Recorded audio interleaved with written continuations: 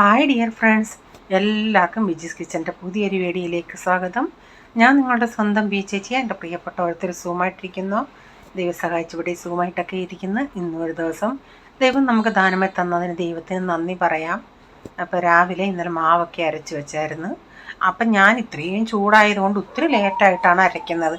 കാരണം 5 മണിക്ക് എണീറ്റ് ഉണ്ടാക്കണ്ടല്ലേ, അതിന് ഒരു 6 മണിയൊക്കെ കഴിഞ്ഞിട്ട് ഉണ്ടാക്കിയാൽ മതി. അപ്പോൾ അതനുസരിച്ച് ഞാനൊരു ചിലപ്പം 10 മണിയൊക്കെ കഴിഞ്ഞായിരിക്കും ഞാൻ ഉണ്ടാക്കുന്നത്, അരയ്ക്കുന്നത്. അരച്ച് വെക്കുമ്പം കണ്ടില്ല, നന്നായിട്ടങ്ങ് പുളിച്ച് വരും. അപ്പോൾ ഞാൻ കഴിഞ്ഞൊരു ദിവസം ഞാൻ അത്താഴം കഴിച്ചില്ല. അപ്പോൾ ഒരു റീച്ചാനൊന്ന് ലേറ്റായിട്ടാണ് വരുന്നത്. അപ്പോൾ ഈ റീച്ചാൻ വരാൻ ലേറ്റാവുന്നത് കൊണ്ട് എനിക്ക് ഉറക്കമില്ലല്ലേ. അപ്പോൾ പോൾമോൻ അവിടെ നിന്ന് പഠിക്കുക. എനിക്കൊരു പാതിരാത്രി തന്നെ ഇപ്പോൾ എല്ലാവരും കഴിച്ചോണ്ട് എനിക്ക് വിശന്നില്ല. അത് കഴിഞ്ഞാണ് എനിക്കൊരു വിശപ്പ് വന്നു. അപ്പം അന്നും മാവ് അരച്ച് വെച്ചായിരുന്നു. ഒരു 10 മണിയായിട്ടാണ് അരച്ച് വെച്ചത്. അന്നേരം റീച്ചാൻ്റെ അടുത്ത് ഫോൺ ചെയ്ത് പറഞ്ഞു, റീച്ച എനിക്കിപ്പം വിശക്കുന്നു, ഒന്നും ഇവിടെ ബ്രെഡുകാരൻ വന്നപ്പോഴും ഒന്നും വാങ്ങിച്ചു വെച്ചില്ല, ഒന്നുമില്ല, എന്തോ ചെയ്യുമെന്ന് ചോദിച്ചു. അപ്പോൾ റീച്ചാൻ പറഞ്ഞു, എന്തോ ചെയ്യാനാ, എന്നാൽ ഞാൻ ബിഗ് ബാസ്ക്കറ്റിൽ നിന്നങ്ങനെ എന്തെങ്കിലും വാങ്ങിക്കാം. ഞാൻ പറഞ്ഞു വേണ്ടാന്ന്. അപ്പം ചെന്ന് നോക്കിയോട്ടെ മാവ്, ഞാൻ എന്താ ദോശ ഉണ്ടാക്കാൻ. അങ്ങനെ പിന്നെ കോഫി ഇരിപ്പുണ്ടായിരുന്നു.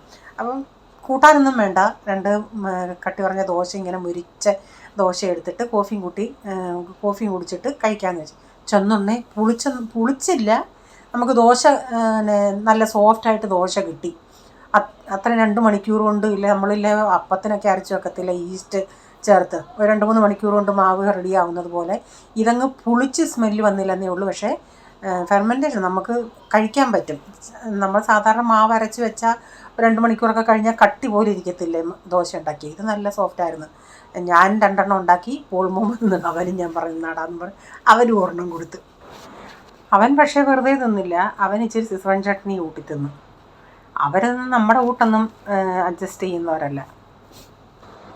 എനിക്ക് മാവ് തലേന്ന് അരച്ച് വെച്ചാൽ പിന്നെ പിറ്റേന്ന് എനിക്ക് ടെൻഷനില്ല. രാവിലെ ഇഡലി ദോശയൊക്കെ ഉണ്ടാക്കിയാൽ മതിയല്ലോ. ഇപ്പം ചപ്പാത്തി ആൻറ്റിയുടെ മോൻ്റെ കല്യാണം ആയതുകൊണ്ട് ആൻറ്റി കുറച്ച് ദിവസം ഇല്ല. അപ്പോൾ എനിക്ക് മെനക്കേടാ ഉച്ചയ്ക്ക്. അപ്പോൾ റീച്ചാന് ചിലപ്പോൾ ഞാൻ മസാല ഇഡലി അങ്ങനെ ഇതൊക്കെയാണ് കൊടുത്തു വിടുന്നത്. റീച്ചാന് വന്നാൽ ടിഫിന് ചോറ്, ഇവിടെ ഈ ചോറ് പരിപാടിയേ ഇല്ല. ചപ്പാത്തി ഇങ്ങനെയൊക്കെയുള്ള സാധനങ്ങളാണ് കൊണ്ടുവന്നത്. റൈസിന് ഇഡലി, ചട്നി. ഞാൻ പിന്നെ സാമ്പാറാണ് എടുത്തത്. സാമ്പാറുണ്ടെങ്കിൽ എനിക്ക് ദോശയേക്കാൾ ഇഷ്ടം ഇഡലി സാമ്പാർ. നല്ല പഞ്ഞി പോലത്തെ ഇഡലിയായിരുന്നു. പിന്നെ ഉച്ചയ്ക്ക് ചപ്പാത്തിയും മുട്ടക്കറിയും വെച്ചിട്ട് ഇന്നൊരു സാറ്റർഡേ ദിവസമായിരുന്നു. അപ്പം ഞാൻ ചിന്തിച്ച് ഇന്ന് വൈകിട്ട് രാത്രിയിലത്തേക്കിനും നാളെ രാത്രിയിലത്തേക്കിനൂടെ എന്തെങ്കിലും ഈ ഫ്രൈഡ് റൈസ് അങ്ങനെ എന്തെങ്കിലും ഉണ്ടാക്കാമെന്നുള്ള ഇതിലാണ് ഞാൻ തീരുമാനിച്ചിരിക്കുന്നത്. അപ്പോൾ എനിക്ക് സൺഡേയില്ല, പ്രെയർ കഴിഞ്ഞ് വരുമ്പം ഇവന്മാർ ഞാൻ പറയത്തില്ലേ, സൺഡേ ദിവസം മമ്മിയോട് ഭയങ്കര സ്നേഹമാണ്. മമ്മി റെസ്റ്റ് എടുത്തോ, വെളിയിൽ നിന്ന് വല്ലതും വാങ്ങിച്ചാൽ മതി എന്ന് പറയും. എന്തിനാ ഈ നൂഡിൽസ് വാങ്ങിക്കാൻ? കഴിവതും ഞാൻ വാങ്ങിക്കത്തില്ല. പിന്നെ അർജൻറ്റ് എന്തെങ്കിലും ചില ദിവസം പിന്നെ 2-3 ആഴ്ച കഴിയുമ്പോൾ ഒരാഴ്ചയിലെങ്ങാനും വാങ്ങിച്ചു കൊടുക്കും. എനിക്ക് പക്ഷേ ഇവിടുത്തെ ബിരിയാണി ഇഷ്ടമല്ല, നൂഡിൽസും ഇഷ്ടമല്ല, ഫ്രൈഡ് റൈസും ഇഷ്ടമല്ല. പിന്നെ ഈ നമ്മൾ റെസ്റ്റോറൻറ്റിലെങ്ങാനും പോവുകയാണെങ്കിൽ വല്ലതും അങ്ങനെ കഴിക്കുമെന്നേ ഉള്ളൂ. അല്ലാതെ ഈ ഇവിടുന്ന് വാങ്ങിക്കുന്നത് എനിക്കിഷ്ടമല്ല. അപ്പോൾ എനിക്ക് വാങ്ങിച്ചുകൊണ്ട് വരുന്നത് വൈകിട്ടും ഇവിടെ വട സാമ്പാർ കിട്ടും. അപ്പോൾ എനിക്ക് വേണ്ടി വട സാമ്പാർ വാങ്ങിച്ചുകൊണ്ട് വരും. പിന്നെ രാത്രി അതാ കഴിക്കുന്നത്. സ്റ്റാർട്ടിങ്ങിലൊക്കെ ആണെങ്കിൽ എൻ്റെ വീഡിയോ കണ്ടുകൊണ്ടിരിക്കുന്നവർക്കറിയാം, എല്ലാ സാറ്റർഡേ ദിവസവും എൻ്റെ മെനു സാമ്പാർ, മീൻകറി, ഒരു തോരൻ. അത് സൺഡേയിലത്തേക്കിനും പിന്നെ ചൂടാക്കിയൊക്കെയായിരുന്നു കഴിക്കുന്നത്. നമ്മൾ സൺഡേ അങ്ങ് രാവിലെ അങ്ങ് പോകത്തില്ലേ, സൺഡേ ഒരു ചോറ് വെപ്പില്ല, പിന്നെ വൈകിട്ടത്തെ എന്തെങ്കിലും വെപ്പ് പരിപാടിയേ ഉള്ളൂ. അപ്പം പിന്നെ അത് ഇവന്മാർക്കിങ്ങനെ ഈ വെച്ച് പരിപാടി വാർത്തുള്ള കൊടുപ്പ് വേണ്ടാന്നുള്ള ഇതങ്ങാക്കി.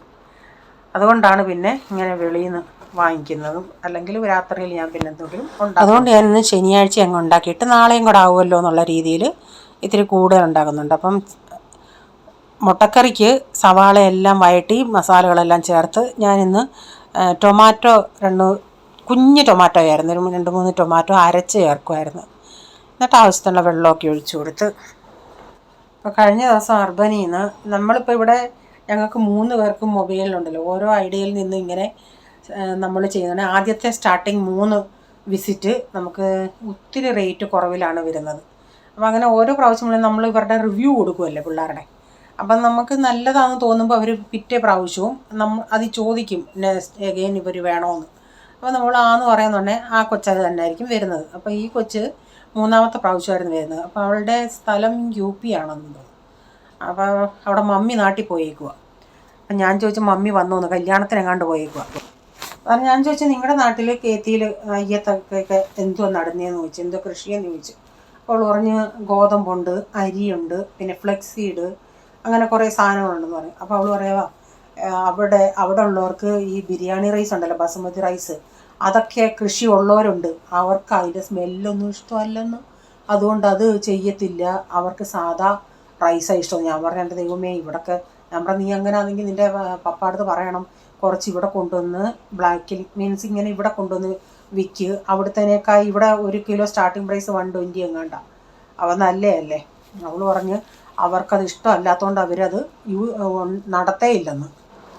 അവൾ പറയുന്നത് കഴിഞ്ഞ പ്രാവശ്യം എങ്ങാണ്ട് നാട്ടിൽ നിന്ന് വന്നോണ്ടേ ഫ്ലെക്സീഡ് കുറേ കൊണ്ടുവന്ന് വീട്ടിൽ വെച്ച് ഇത് പൂത്തു പോയെന്ന്. ഞാൻ പറയും ഫ്ലെക്സീഡൊക്കെ ശരീരത്തിന് എന്ത് നല്ല, അത് വറുത്ത് പൊടിച്ച് വെച്ച് കുറച്ച് നിങ്ങൾക്ക് കഴിച്ചുകൂടായിരുന്നു എന്ന്. ആ മമ്മി അതിൻ്റെ ലഡു ഉണ്ടാക്കിയെന്ന് പറയുന്നു. 3-4 മാസമായി നമ്മൾ മട്ടർ ഇങ്ങനെ ഫ്രോസൺ ചെയ്ത് വെച്ചിട്ട്. അതിൽ നിന്നാണ് ഞാനിപ്പോൾ ഇത്തിരി എടുത്തത്. ഇതിലേക്ക് ഇച്ചിരി കാബേജും എടുക്കുന്നുണ്ട്, പിന്നെ ക്യാരറ്റ്, വേറെ സ്പ്രിംഗ് ഓണിയൻ നോക്കിയിട്ട് ഓൺലൈനിൽ കിട്ടിയില്ല. ഇത് ഞാൻ മാരിനേറ്റ് ചെയ്ത് വെച്ചേക്കുക, കുറച്ച് ബോൺലെസ് ചിക്കനെ ഞാനിവിടെ വേഗം വെച്ചിട്ടുണ്ട്. ഇച്ചിരി കൂടുതൽ ഇട്ടിട്ടുണ്ട്, കൂടുതലെന്ന് പറഞ്ഞാൽ 1 കിലോയോളം ഇട്ടിട്ടുണ്ട്, കാരണം നാളത്തേക്കും കൂടെ വേണം.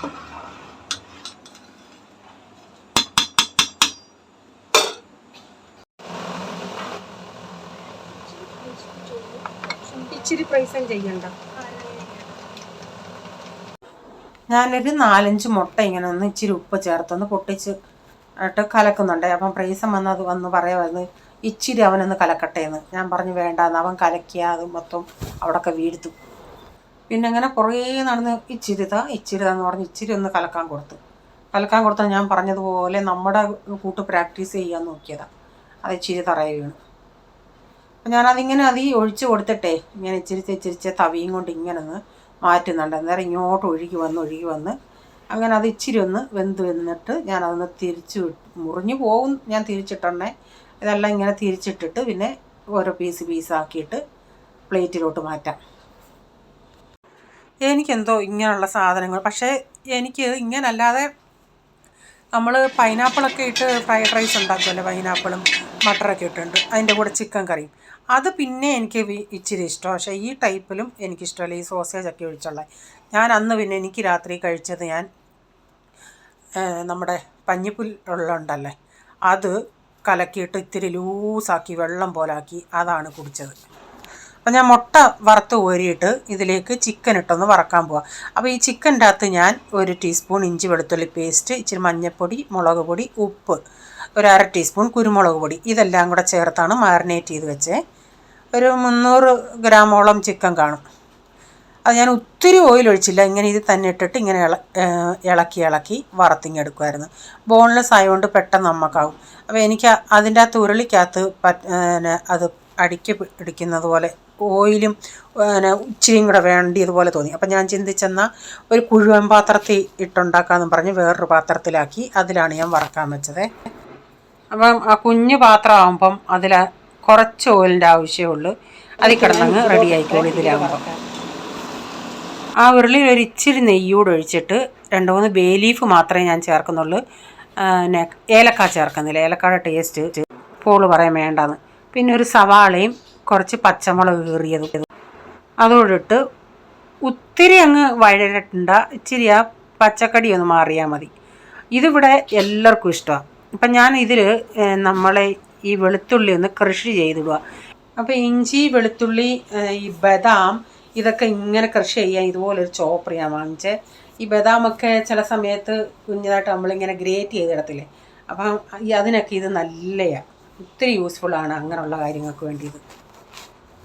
ഇവിടുത്തെ ഈ പിള്ളേർക്ക് നമ്മൾ സാധാരണ ഈ ബദാം വെള്ളത്തിലിട്ട് സാധാരണ അതാണ് ഗുണമെന്നാണ് പറയുന്നത്. തലേന്ന് രാത്രി വെള്ളത്തിൽ ഇട്ടിട്ട് രാവിലെ അത് കുതിർത്തത് തൊലി കളഞ്ഞ് കഴിക്കുന്നയാൾ. ഈ പോളിനൊന്നും അത് ഇഷ്ടമല്ല. പോളിനൊക്കെ അല്ലാതെ വേണമെങ്കിൽ ഈ ഡയറക്റ്റ് എടുത്ത് തിന്നും. പക്ഷേ എനിക്കങ്ങനെ കുതിർത്ത് തിന്നുന്നത് ഇഷ്ടം. നല്ല നമ്മുടെ ഇതിലെ പറങ്ങാണ്ടി കുരുത്ത് വരത്തില്ലേ, പറങ്ങാണ്ടി കുരുപ്പ്, അത് തിന്നുമ്പോൾ എങ്ങനെ കറുമുറ ഇരിക്കത്തില്ല, അതുപോലെ നല്ല അതേ ഒരു ടേസ്റ്റാണ് ബദാം നമ്മൾ വെള്ളത്തിയിട്ട് കുതിർത്ത് തിന്നുന്നത്. അപ്പോൾ ഇതിലേക്ക് ഞാൻ ഒരു ടീസ്പൂണോളം ഇഞ്ചി വെളുത്തുള്ളി പേസ്റ്റ് ഇതിലും ചേർത്തിട്ടുണ്ട്. എന്നിട്ട് ആ മട്ടർ, കാബേജ്, ക്യാരറ്റ് ഇത്ര ഉള്ളായിരുന്നു പച്ചക്കറി എൻ്റെ കയ്യിൽ. ഇച്ചിരി ഉപ്പിട്ടിട്ട് ഹൈ ഫ്ലെയിമിൽ ഇതൊന്ന് വാട്ടിയെടുക്കുന്നുണ്ട്. അരി ഞാൻ ഇച്ചിരി ഉപ്പിട്ട് കലത്തിലൊന്ന് വേവിച്ചിട്ട് വെള്ളം വാലുന്ന കിഴുത്തപാത്രത്തിൽ ഇട്ടായിരുന്നേ. അപ്പോൾ അതിൽ നിന്നാണ് കുറച്ച് ചോറെടുത്തത് ഇതിലിടുന്നത്. അപ്പോൾ ഞാനിത് ഉണ്ടാക്കി ബിരിയാണി റൈസിന് മണം വന്നപ്പോഴത്തേക്കിന് അടുക്കളയിലോട്ട് പോൾ ഞാൻ പറ, മമ്മി ഞാനൊരു ഐഡിയ പറയട്ടെ, എനിക്കറിയാൻ വയ്യാത്തതുപോലെ. ഞാൻ ചോദിച്ചാൽ എന്തുവാ അത്, മമ്മി ഇങ്ങനെ കാണാൻ ഉണ്ടാക്കുന്നുണ്ടെന്ന് മമ്മി ചിന്തിച്ചിട്ടുണ്ടെങ്കിൽ തലേന്നേ മമ്മി റൈസ് ഉണ്ടാക്കി ഫ്രിഡ്ജിൽ വയ്ക്കണം. അപ്പോൾ അത് നല്ല കിടക്കുമോ. ഞാൻ പറഞ്ഞ് എനിക്കറിയാൻ വയ്യാതിട്ടതോ, ഇത്രയും റൈസ് ഞാൻ എവിടെ കൊണ്ട് ഫ്രിഡ്ജിൽ വയ്ക്കണോടാന്ന് ചോദിച്ചു. ഞാൻ ഇതിൻ്റെ അകത്ത് കുറച്ച് സോസുകൾ ഒഴിച്ച്, സോയാ സോസ്, ചില്ലി സോസ്, ഒരു ഇച്ചിരി വിനെഗർ ഒഴിച്ചിട്ടുണ്ട്. അപ്പം ഇതിനൊന്നും ഒരു കണക്കില്ല, അത് നിങ്ങളുടെ ഇഷ്ടത്തിനനുസരിച്ച് ടേസ്റ്റ് അനുസരിച്ച് ചേർക്കാം. ഞാൻ ഈ ചേർത്തത് കൂടാതെ പിന്നെ ഒരാൾ വന്ന് ഉപ്പ് നോക്കിയോണ്ടേ പറഞ്ഞ് ഇതിന് ടേസ്റ്റൊന്നുമില്ല, ഇച്ചിരിയും കൂടെ ആ സോസ് ഒഴി ഈ സോസ് ഒഴി എന്നും പറഞ്ഞ് ഞാൻ അങ്ങനെ അവൻ്റെ ഇഷ്ടത്തിന് കുറച്ചുകൂടെയൊക്കെ ചേർത്ത്. ഇവിടെ എല്ലാവർക്കും ഞാനൊഴിച്ച് ബാക്കി എല്ലാവർക്കും ഇതിഷ്ടമാണ്. നമുക്ക് ഇച്ചിരി ചക്കയോ കപ്പയോ ഒരു പൊറോട്ടയോ ഇച്ചിരി ബീഫോ അങ്ങനെയൊക്കെയാണെങ്കിൽ, ഇച്ചിരി പഴങ്കഞ്ഞിയോ അതൊക്കെയാണെങ്കിൽ ഞാൻ കുശാൽ. എനിക്കതിൽ കൂടിയ വേറൊരു ഫുഡില്ല. ഞാൻ ആ ഉണക്കമീൻ ഉണ്ടാക്കി കാണിച്ചപ്പം എനിക്കൊരു കമൻറ്റ് വന്നു, ആ ബിജിയുടെ ഉണക്കമീൻ കാണിച്ചപ്പോൾ ഉള്ള ആ സന്തോഷം കണ്ടിട്ട് സന്തോഷമായിരുന്നു. അപ്പം ഞാൻ അങ്ങോട്ട് റിപ്ലൈ കൊടുത്ത്, ഇല്ല ആയുസി കണ്ടിട്ടില്ലാത്തവരുടെ കൂട്ടായിരുന്നു എൻ്റെ സന്തോഷമല്ലേ. അപ്പോൾ പുള്ളിക്കാരി ആദ്യമായിട്ടാണ് ഉണക്കമീൻ ഉണ്ടാക്കുന്ന കാണുന്നത്. അത് ഞാനില്ല ഉണക്കമീൻ, ഈ സത്യം ഞാൻ ആരെങ്കിലും ചിന്തിക്കും ഇവർ ഇതുവരെ കണ്ടിട്ടില്ലയോ ഉണക്കമീനെന്ന് ചിന്തിക്കും. അതുപോലുള്ള ഇതായിരുന്നു ഞാൻ കാണിച്ച വെപ്രാളം. ഞാനിതെല്ലാം മിക്സ് ചെയ്തിട്ട് ഞാൻ പറഞ്ഞില്ലേ ടേസ്റ്റ് നോക്കാൻ പോളിനെ വിളിച്ചേ. അപ്പോൾ അവൻ ഇന്ന സോസ് ഒഴി എന്ന് പറഞ്ഞ് അങ്ങനെ ഒഴിച്ച് ഒരു പരുവത്തിലാക്കി. അപ്പോൾ ഞാൻ ഇതിലേക്ക് തന്നെ മുട്ടയും ആ ചിക്കനും ഇട്ട് കൊടുത്തിട്ടുണ്ട്. അപ്പോൾ ഇത്തിരി കൂടുതൽ ക്വാണ്ടിറ്റി ആയതുകൊണ്ട് എനിക്ക് ഇളക്കാൻ ഇത്തിരി ബുദ്ധിമുട്ടായിരുന്നു. പിന്നെ ഞാൻ 2 സ്പാച്ചിലേക്ക് വെച്ച് അവൻ പറഞ്ഞതാ ഞാൻ ഇളക്കിത്തരാമെന്ന്. അതിനൊക്കെ വലിയ എക്സ്പേർട്ടാണ്. നാട്ടിൽ ചെന്നാലും കപ്പ ചക്കയൊക്കെ ഇളക്കാൻ ഇവൻ ചെല്ലും, അമ്മ ചിങ്ങിതാ ഞാൻ ചെയ്യാമെന്നും പറഞ്ഞ്. അപ്പം നമ്മുടെ ഫ്രൈഡ് റൈസ് ഇവിടെ റെഡി ആയിട്ടുണ്ട്. ഇന്നത്തെ വീഡിയോയിലെ വിശേഷങ്ങൾ ഇതൊക്കെയായിരുന്നു. വീഡിയോ ഇഷ്ടമായെങ്കിൽ ലൈക്ക് ചെയ്യണേ, നിങ്ങളുടെ അഭിപ്രായം കമൻറ്റിൽ കൂടെ അറിയിക്കണേ. സബ്സ്ക്രൈബ് ചെയ്തിട്ടില്ലെങ്കിലൊന്ന് സബ്സ്ക്രൈബ് കൂടെ ചെയ്തേരെ. ഇനി ഒരു പുതിയ വീഡിയോയുമായി വരും വരെ bye, God bless you all, thank you, take care, bye, see U.